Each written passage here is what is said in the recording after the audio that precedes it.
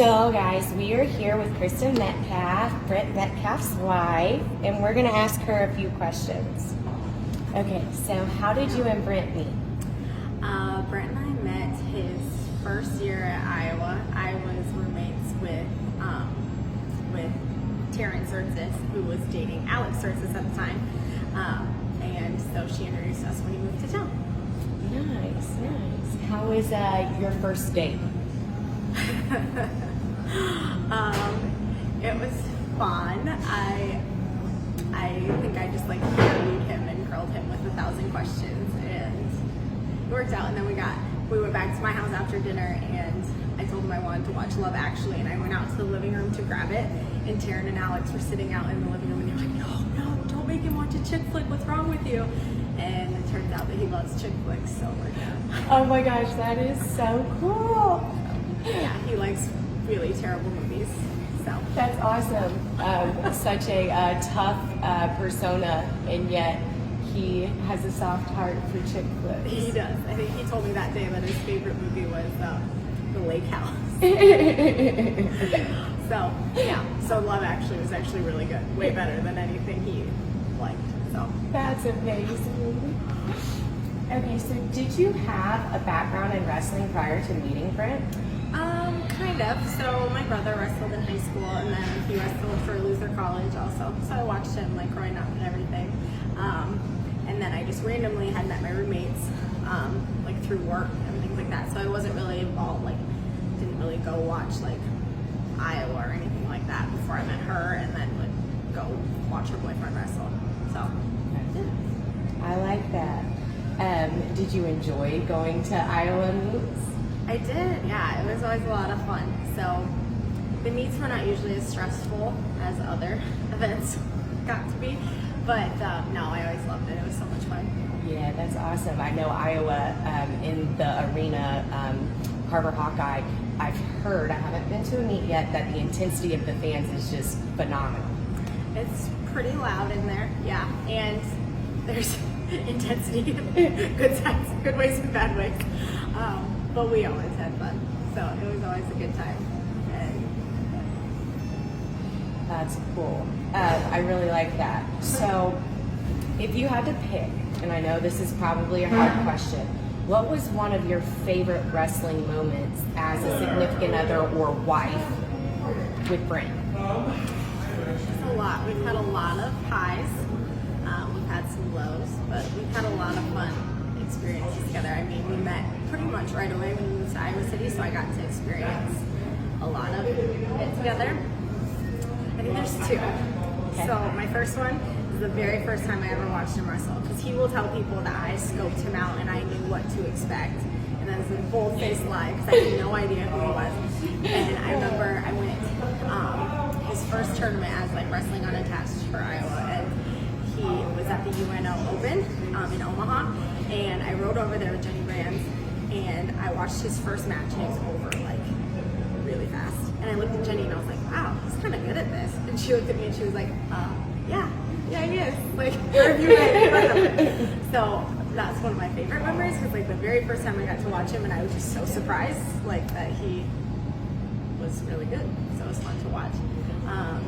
And then probably like my real favorite next to that one would be 2008 when he won his first national championship. So it was really fun, and I think after that there was so much more pressure with it to like do that again. The first time it was just so much fun and so exciting, and I still didn't know that he was like that good and going to do that, and so it was stressful, and I don't handle my stress very well, especially at that tournament, but no, that was really fun to watch that and see him kind of reach that goal for the first time.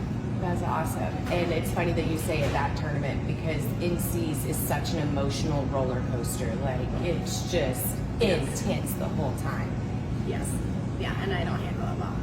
I don't sleep, like I don't eat, I don't feel good, and everyone, like my family would always want to talk to me about things, or his family would want to talk about things, and I'd be like, don't talk to me. Total short fuse. My brothers were always like, watch out for her.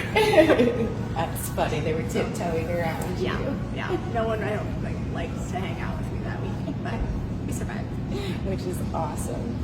So going off of that question, what was one of the hardest moments for you to watch Brent go through?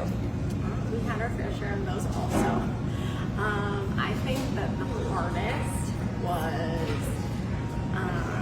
him losing in the finals of Olympic trials in 2012. That was, I think, the hardest. We've had a handful of really hard things to watch with wrestling, but that one for sure. It was like, I don't know, the ultimate goal to be an Olympian. And he was just doing so good. And that last match, it was just so close. And I remember at the very end, I don't exactly remember what happened. I don't have that like man brain where I remember everything was sports, but I remember he like Jared Frayer down at the very end or something. But Jared won like on criteria or something, so Carver was like going crazy because everyone thought that he just won. And I was sitting there and I was like, no, he did it. And Brett was like, he knew he didn't. But everyone in the arena thought they were all cheering, and it was like, so it was sad because it was so close. And ever since I met him, I think like the first day I met him, he was like, I'm gonna be an Olympian, I'm gonna win an Olympic gold, that's how it's gonna be. And so watching that come and go was hard. How did you cope with that? Like, you just have to bury it and be there because I didn't know how he was going to cope with it. I didn't, like, I mean, he had lost NCAAs and I saw how he kind of reacted to that, but I knew this was kind of a bigger deal. And so I just wanted to be there for whatever he needed, I guess. So I was just kind of there to listen. But it was hard. I didn't cope with it well. I think I sat in the living room and watched the Olympics every day that summer, just crying on my couch. Oh, I love watching the Olympics. Yeah. It's like the most fun couple weeks every 2 years. I love it. But that year, I just sat there and was crying watching it. It was awful. But you move on. I probably take things way more like personal and to heart than he does. He has a lot better perspective on life than I do. So he's been through a lot more in his life than I have. So, but yeah. And then when he comes in, I put on the happy face. I'm like, oh, what's up? You want to watch the Olympics today? I don't know. So yeah, that was hard. And I like that you say that he can handle and cope with things a little bit better, because I feel like you're right in that sense. I think that's a man thing. They kind of take their emotions out of it a little bit. And as women, I think that we really just throw our emotions into everything, whether it's happy, disappointment, whatever. Yeah, for sure. I was definitely on a much bigger roller coaster over the, I don't know, 10 years that I was with him while he was wrestling. I was definitely on a much bigger roller coaster than he was. So he could kind of keep it cool. And he always told me, he's like, I know that I put in the work. I know that I trained as hard as I could. I did everything right. And so it's on me. And so I think he kind of like took it better that way. But yeah, I think he just like, he knew that he did everything that he could to win that match, and so if it didn't happen, the other guy was just the better guy that day. Whereas me, I'm like, look, I watched you do this, I watched you go in to work out so many times a day, I watched you eat right, I watched you not drink for the first 10 years of my life that I knew you while everyone else was out partying while you were in college. Like, I watched you do everything right, and then it's still this. So Yeah, you saw all the dedication from behind the scenes. but then you don't see it from the other guys, so you're like, oh, you tried so much harder than them, when like their wife would tell you they watch them do the same things. Yep, you're absolutely correct. At that level, I feel like everybody's putting in that lifestyle dedication. Yeah, you have to be.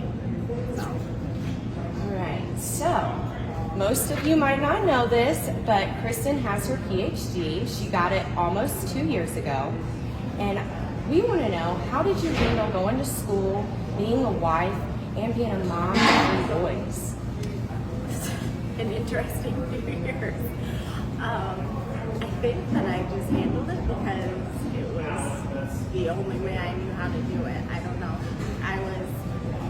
I knew that I had this goal, and I was raised to have goals, and so like I started graduate school.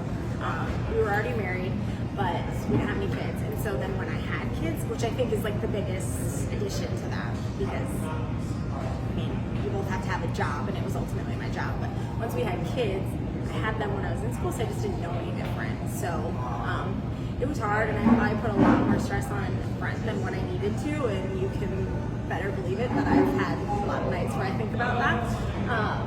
But he would go work out in the morning. He would come home. It should have been his rest time in the middle of the day, and he would watch our sons. And thankfully, I had a retired dad in town, so he would come over and help when I was at school. And then I would try to be home so we could go to practice, and we just made it work. And I think there was some times, and especially times when we were really busy, where we would see each other passing or we wouldn't see each other. And like, thankfully, we both have such supportive families, because I remember after I had Wyatt, our youngest son, I had just finished collecting all my data for my dissertation.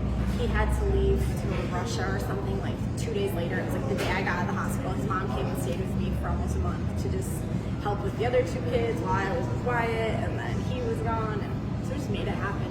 And then when I got done with school, it was kind of like, oh, well, it's free time. What am I going to do with it? So, yeah, I mean, it wasn't a conventional path for either of us. I mean, because I maybe should have been there to support him more, which I was. I just had other things going on too, and it was important to me to show my kids that women can be strong and have big goals too, even though they're not women, but they should respect their wife someday and her goals. So, yeah, it was important to us, and just made it happen.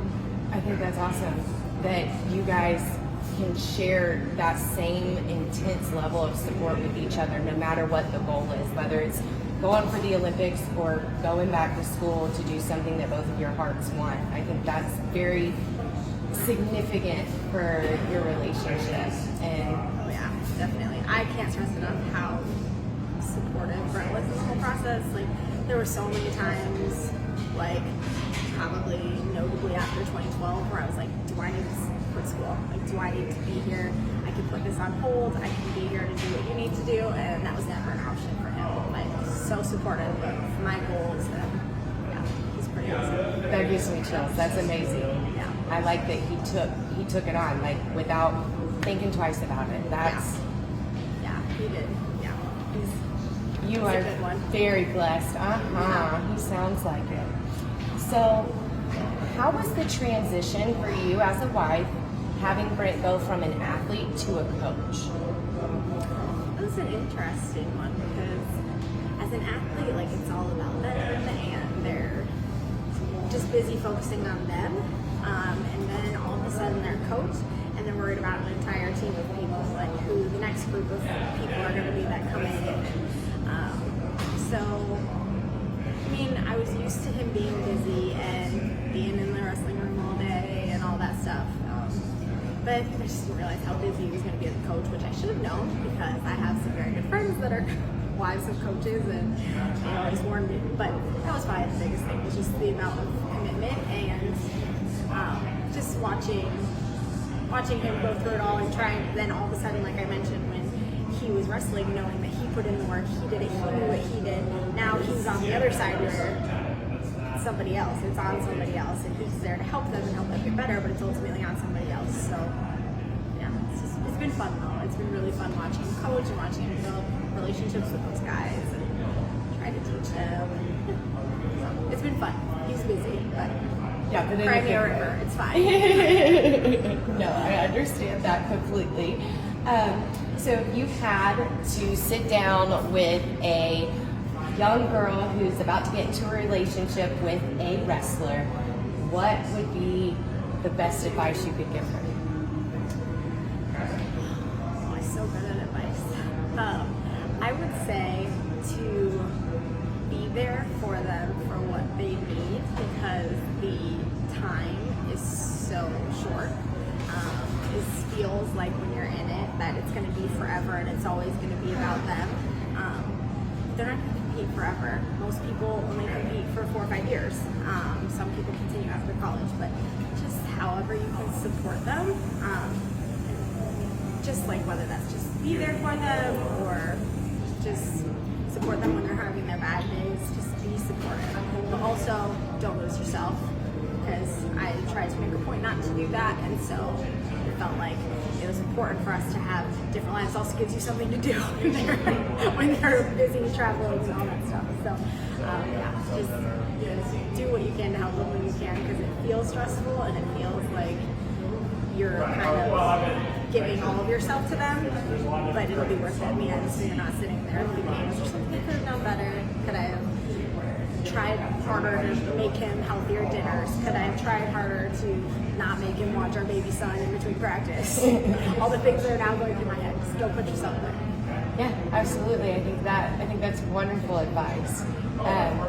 And I like how you say you got to make time for yourself, because you can't. You're right. You can't lose sight of yourself. Otherwise, you can't be as supportive as you should be.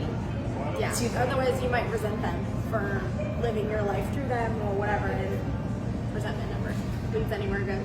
You are so right about that. So, as we mentioned, you guys have 3 little boys, and I know they're pretty young, but do your boys understand that their dad is a big deal in the wrestling community? No, they don't, not at all. They know that dad wrestles and that they love to wrestle with him, but no, they don't think he's a big deal at all. Who they think is a big deal is Willie McCliss. They think Willie is like the coolest guy on the planet, or pretty much anybody on the wrestling team knows. Like, I'm gonna take us to see the wrestlers today. So, no, they don't realize that he's got some accomplishments under his belt. So they do. We were at a rehearsal dinner last fall at the Hall of Fame at Iowa, and we were showing them 2 of his big awards. So we were showing them his Hodge Trophy and his Jesse Owens Award, and they were like, "Cool, but what's this one?" Like, they were like, "I don't care. That's cool, Dad, but this one's all sparkly." So that was pretty fun. It was fun to show them and kind of show them a little piece of it, but they moved on pretty quickly. That was funny. But I think seeing the wrestlers that he's coaching now, they're kind of like big brothers to him. So that's, like the cool fun. Oh yeah. People that'll come over and get them all crazy and wild, and then they leave, and I'm stuck with 3 boys like running in circles screaming. But they love it. Awesome. So they love him as Coach Brett because it brings with him an entire team of playmates. Which is perfect. So they can get some energy out wrestling around on the mat. Yes, I don't argue with that. So. I love it. So what is something about Brent that most people don't know? Other than I already spilled the beans about him liking the lake house, I would say that he is like totally goofy and just like really funny. Like, he's been that way his whole life ever since I met him, and people always would say that to me when they meet him. They're like, "Oh, he's actually like he likes to be goofy. He'll dance around the living room with the boys, and he's just goofy and funny." And most people, I mean, at least when he was competing anyway, people thought he was like all business, like no personality. People used to ask me, like, I'd run into strangers at the NCAA tournament and ask if he was mean to me. I'm like, I wouldn't be with him if he was mean to me, but that's a weird question. But no, he's funny and likes to goof around, likes to dance. So makes up songs for the kids. Like, he's kind of like a small child at heart. So I think most people don't see that about him. That's awesome. I like that people used to come up to you and ask you if he was mean to you. The things that people feel they can ask you is interesting sometimes, but yeah. Right? Like, no, that's just his intensity when he's competing, not... Yeah, he doesn't treat me like he treats his opponents. It's not, no. Yeah. Right? Do you treat your family like you treat everyone at work? I don't know. Do you have a business relationship? It's weird. But Right? But I trust you. I like that. I would love to hear one of his made-up songs that he sings to the boys. I bet those are priceless. They're pretty good. They're usually about how his brains in his head are bigger than mine. But he knows that's a lie. Well, obviously, because you just got your PhD, so clearly we know who has the brains in the family. Yeah, we always ask the kids if they want to be like athletic like dad or smart like mom. Which doesn't give them credit. Smart too, but I'll take the cake on that. I love it. I love it. Well, thank you so much. I appreciate it. Thank you.